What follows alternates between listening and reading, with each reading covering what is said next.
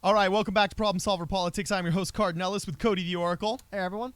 And today we're going to talk about something very important and dear to our hearts, with which Cody and I both have lots of personal experience. I'll speak for yourself. The legalization of marijuana and where Andrew Yang stands on it. I actually had to give I gave the Canada Kids program and medical marijuana to my daughter when she was going through her cancer treatments, and I credit it with having helped save her life. So I'm a huge advocate, especially for medical marijuana. And Cody, I think he's probably high right now. So no, not fair. But anyway, as a person who does not even smoke weed himself, I am 100% for the legalization thereof for myriad reasons. And we're going to dig in to a couple of articles here by super credible and prominent sources such as Leafly. Yeah, no, the way you delivered that had me even second guessing. Like, what are we talking about? Yeah, who are we talking about? Talking about my friend's Facebook post. The weed site has officially gone political and actually done some really good digging about finding out what all of the candidates' positions are on the legalization of marijuana. And this, beyond the joking about reefer madness, the funny videos from the 50s, and the Pineapple Express movie we all like watching and laughing at, this is a really, really important issue because it strikes to the heart of federalism, states' rights, and the importance of the presidency and the bully pulpit about getting rid of stupid cultural barriers that have prevented scientific progress. And I think Andrew Yang has a big part to play in this if he is indeed elected president. So let's see what he has to say. Cody, what does Andrew Yang say about the good herb? Well, let's see what he has to say. Nothing too groundbreaking. Marijuana is still considered a controlled substance by federal law. It is. Thousands are in jail for marijuana-related offenses, particularly people of color. They are. Thousands of Americans, many of them minorities, are in jail. Again, reaffirming that point. Federal treatment of marijuana is unclear as it remains a controlled substance under the law, which I know that kind of sounds redundant, but it is interesting. Even in states where marijuana has been legalized for recreational use, if you were to be, could be wrong in this, I believe this to be true though, if you were to be pulled over or searched by a federal police officer, they would still be able to charge you with a federal felony possession charge. So there is still some gray area there. And just one last thing, but the point I want to get to on this, he says there's 3 goals, which I always like to read his goals, and as president I will. As president, I'll support the full legalization of marijuana at the federal level and remove from the controlled substance list, expunge the federal convictions of all marijuana-related use or possession offenses, which, by the way, as that is written, would imply people that are in states where marijuana is still illegal may have to continue their sentence, getting back to states' rights. That is another states' rights issue. But one of his goals is to generate revenue and provide regulation and oversight of the marijuana industry. Now, while it is very noble to get people out of jail for nonviolent drug offenses, I agree with that. Making the numbers go up, generating revenue seems to work, but it does feel like I like the idea of getting people out of jail for nonviolent drug offenses. Okay. I would much rather that wasn't married to blanket legalization of marijuana, however, because I do think, hey, maybe, legalizing marijuana could have some, detrimental effects on our culture and our society. Yeah, but it generates revenue. We can tax it. Like, do you see what I mean? I get a little bit callous there. Whether I don't feel like there's enough of a critical eye being lied to. What would it mean to legalize and promote marijuana federally? It's good to get people out of jail for nonviolent offenses, and generating revenue is great, but is it worth the trade revenue for what the detriment could be? Again, I would love a similar proposition to just say federally change how it is on a as far as people being put in jail. This is wild for me, Cody. This is what you feel like most videos. See, usually I'm kind of the conservative person pumping the brakes saying, now, hold on a second, I don't know about this, But when it comes to legalization of marijuana, I am straight up libertarian. The Fed has no position here. It's at best a states' rights issue, and half these states are bass-ackwards because there's science that proves how this helps people, especially medical patients that need it, and especially when compared to the damage alcoholism does as a recreational drug that's legal, or what Dilaudid and morphine and other legal medicinal drugs do. There's no comparison to the positivity that would be released upon our society if we actually legalized marijuana. So I am for just blanket, get out of the business of regulating it. Be gone, thou government, from regulating marijuana. Okay, hold on a minute. I'm going to play a clip, and I hope I have the right clip. And I want you to weigh in on this. So let me see if I can get it started. This is a really cool feeling. I feel like the cool hipster. Oh, hold on. who's I'm trying loading to- an ad currently, so I'll Yeah. fill for time. No, Hold on. The president has no sorry, constitutional Well, no, authority but- to hold on. regulate drugs. That being said, at the state level, I would support some legislation that would stop children from being allowed to purchase drugs and prosecute anyone who would put a child in danger, because I do believe that children do need some protection. Yes, you should not be able to sell heroin to a 5-year-old. Note the boo. That's the Libertarian. I Wait, believe- was that the Libertarian Convention I of believe- 2016? I believe from like 2008, yeah, or 2012. And this is not, by no means, please don't take us to strict libertarians, but it is, because I do agree when you say on some level, like, hey, what right did the state to have those? Then you get to that line of it. Okay, should a 9-year-old be able to go to the store and buy heroin? Well, of course not. I'll tell you right But what now, I'm saying is, there's not a state in the United States of America that wouldn't pass a law saying 9-year-olds can't buy heroin. that's agree. But how about 21-year-olds? No, I think that's great. No, I think every state should be able to choose when they think their young people are adult No, enough. no. Should 21-year-olds be able to buy heroin from a store? I'll tell you right now, I think Californian youth are so stupid they shouldn't be able to buy it till they're 25. But I've seen some responsible kids at age 15 or Wait, 16 hold on. in We're Tennessee. talking about. I'm not talking about age responsibility. I think nobody should be able to buy heroin from a store. That's the thing. Oh, saying. I'm sorry. You said heroin. I'm Yes. sorry. I was thinking. Yeah. Okay. I apologize. Yeah, I what? apologize. Yeah. Oh well, maybe you're mature enough at 30. Yeah, like you shouldn't.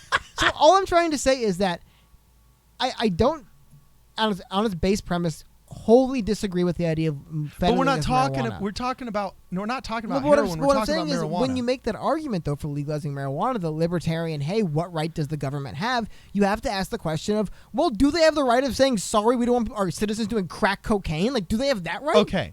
We used to give arsenic to patients with myriad illnesses. Not Okay. good.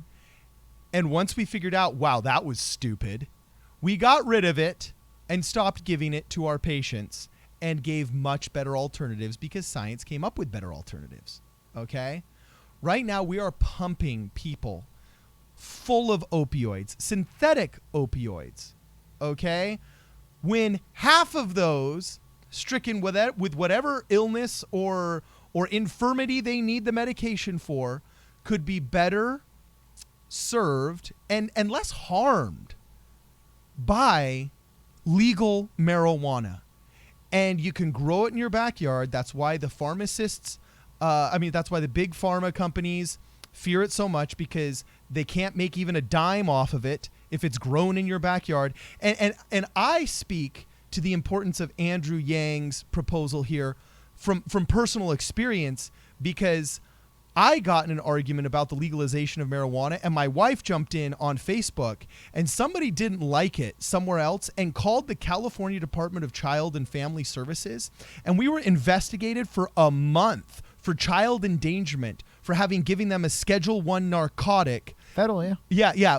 Supposedly against doctors' permission. Well, our doctors had heavily documented that we were giving it to them. All of the nurses were in on the program. We were completely cleared of any charges. But for 6 weeks, I had an investigation from the Department of Child and Family Services, who at any moment could show up and take my children from me for having tried to give her the medical marijuana that helped save her life. She was the only child on the floor that didn't have to eat through a feeding tube while receiving chemotherapy, because the little amount of THC and THCA and CBD that we would give her on a rotation throughout the day would give her small bits of time where she could actually eat and she could actually sleep. So her body was able to heal and repair and wasn't eating itself up from the inside out on an empty stomach with the stomach acids. It literally helped save my daughter's life. Would I give it to her again? In an absolute heartbeat. But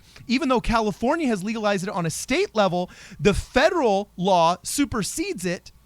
And I was in violation every time I gave her of a federal felony, even though the state attorney general thought it was just fine. So here we have an absolute issue that strikes to the heart of governmental overreach. You hear me complain over and over and over and over again that the Fed is involved way too deep in our lives. And even though it's a conservative position to dislike marijuana, because conservatives have, comfortably opposed it for the past 60 years, it's a bad policy based off of bad science. And you can't say that you're a true conservative that believes in limited government if you're all for this hyper regulation of marijuana that is putting not innocent people, but good men that should be home being fathers in prison. Kamala Harris sent 1,500 people to jail in like less than 10 years for dime bags.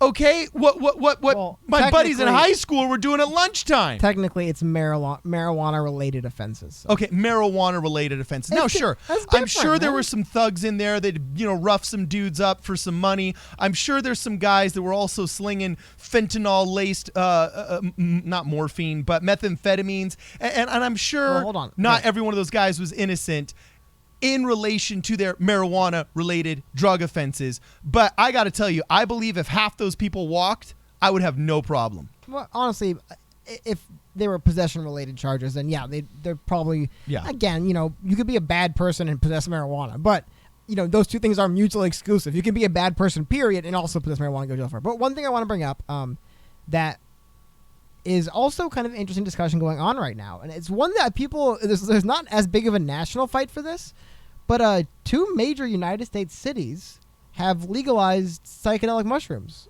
That'd be the city of Oakland. I want to go there. And the city of Denver.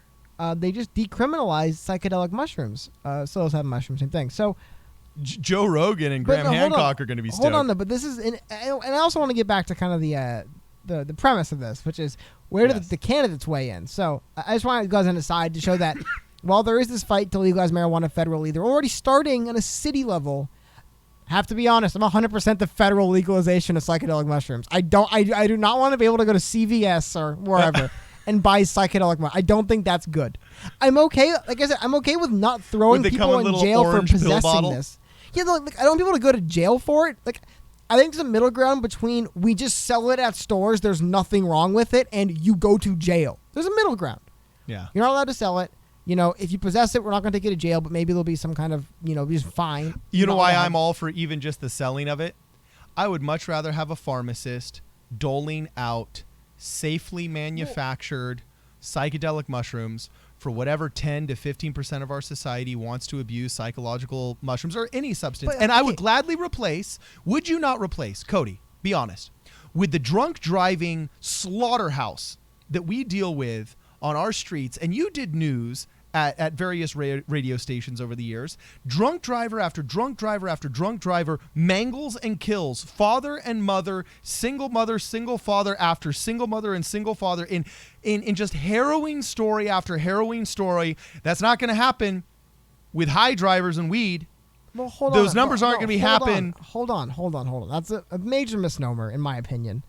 Because, come on. Dude, just because it isn't just like there's two types of people, the no drug people and the I do drug people. There's people that still drink. We say good and bad people. No, but my point exactly, though. There's going to be people who still drink and don't care that marijuana is legalized. There's going to be people that wouldn't have been drunk on the roads, that'll be high on the roads. Like, it doesn't just work like, oh, they smoke weed instead of drink. No, there'll be some people that are both drunk and high. Again, though, I don't think that should really weigh in on it, because guess what? We have a problem with people being drunk and high on the roads today as is. So I don't think it's anything to do with it. But what I want to get to, though, because one thing you're speaking to a lot, and I agree with medicinal use, and decriminalization, that stuff makes more sense. I don't.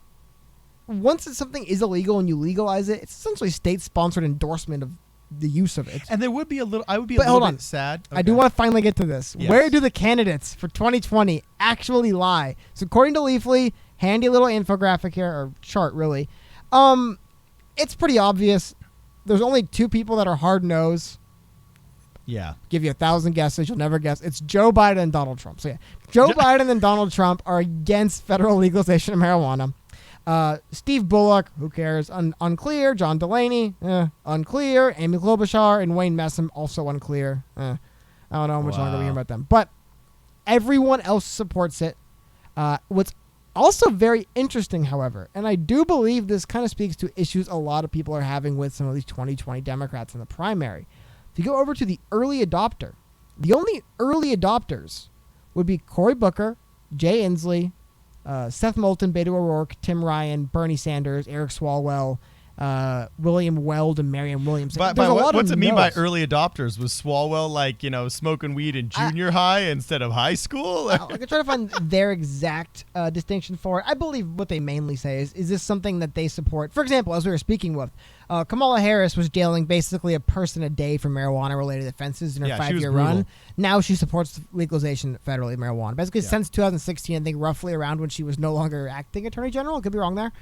She's softened her stance to it. So I think that's the thing, is who softened their stance in the last 17, 18 months when the movement's really started to move up and it's good for your voter base, and who's always held this position. So it is interesting to note that there are a lot who have very recently came over to that, meaning it is a pretty easy way to get some voters. Come to the light. Or it's an easy way to get some voters. People support it. You just say you support it. I mean, oh, sorry, hands are tied. Couldn't do it. You know what I mean? It feels like one of those issues to me. Yeah, and just to wrap up here, I thought it was kind of interesting that they had a third column of troubling past record, of which most people were no, except for obviously Joe Biden.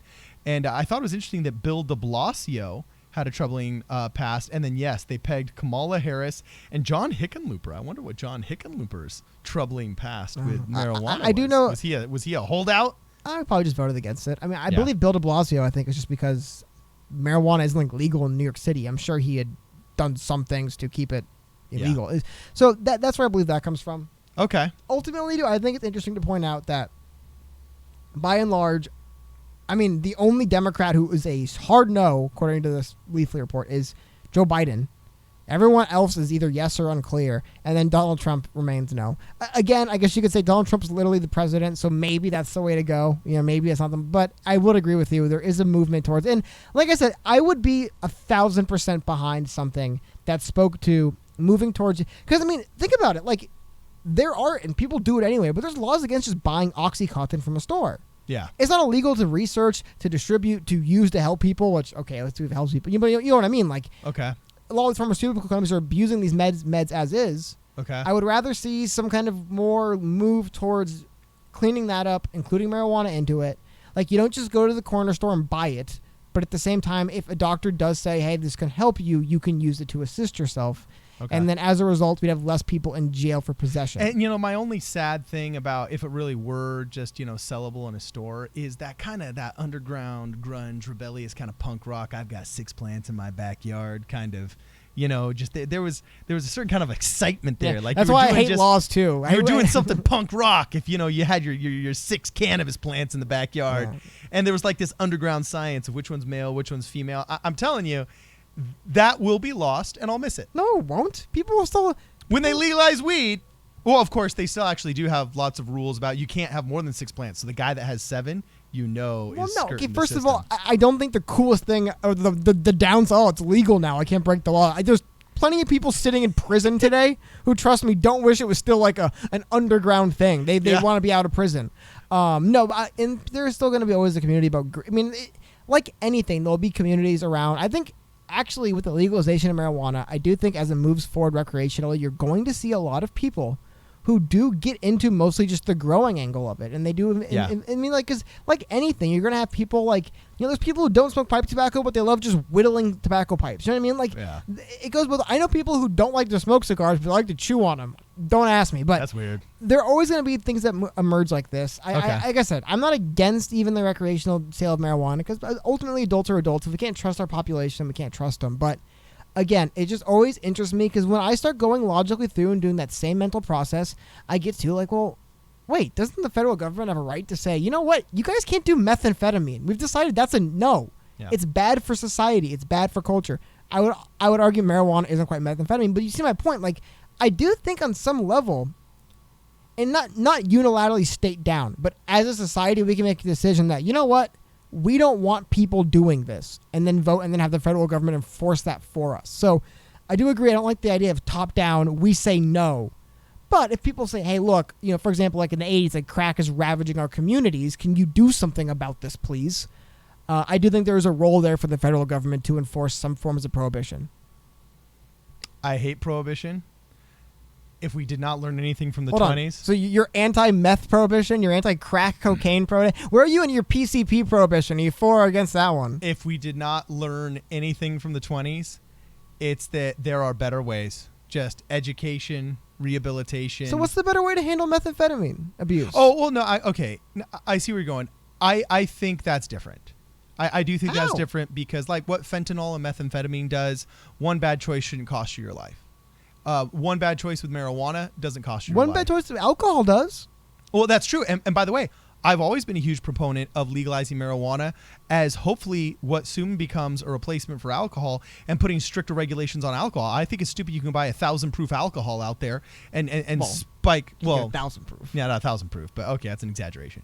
But I think it's stupid that you can go buy just, 500% alcohol. yeah. Okay, you get where I'm going with this, though. That you can't buy. I mean, you can go buy very potent alcohol that's going to completely I hear discapacitate you. I could literally go to the local liquor store and buy enough alcohol to kill myself in a night, and they wouldn't even question me. Hey, party tonight, man. So I agree with you. Yeah. And on the other end, too, you can kill yourself drunk driving on like 3 or 4 beers. So, well, depending on. Let them where smoke weed. But I don't know. I just want to end one last time just showing and just kind of highlighting that, yes, this is something it looks like moving forward in elections is pretty much going to be very generally accepted by politicians. Andrew Yang, of course, is in there with everyone else. He's a pretty pragmatic guy. But he brings up one thing that does worry me. I love the idea of people out of jail. I don't think recreational legalization is the only way to get there. And the notion of maybe sacrificing some parts of our society and culture that could be negatively impacted by widespread marijuana recreational use, sacrificing that at the altar of profit and tax money, tax revenue. I never liked that. I never liked the idea that we're going to kind of sell our soul short to make the line go up. There is a little bit of inauthenticity and a little bit of, you just think grifterism when the government says well, we should make it legal, ... so we can tax it. Think of the revenue. Yeah. Think of the revenue? Really? Think of the revenue? Yeah, we That's should it. make child trafficking legal, ... Think of the revenue. Yeah. Hey, Hey, why don't we just federally legalize prostitution? Think of the revenue. Like, it's because maybe. Well, actually, I'd be okay with that. Again, I would have to question if federal legalization of prostitution might do more bad for a society than good, and if it's worth to sacrifice that at the altar of profits. I remain questionable to that always. Okay, so please continue the conversation below. Let us know what you guys think. Smash that subscribe and that like button if you liked our video. This is Problem Solver Politics.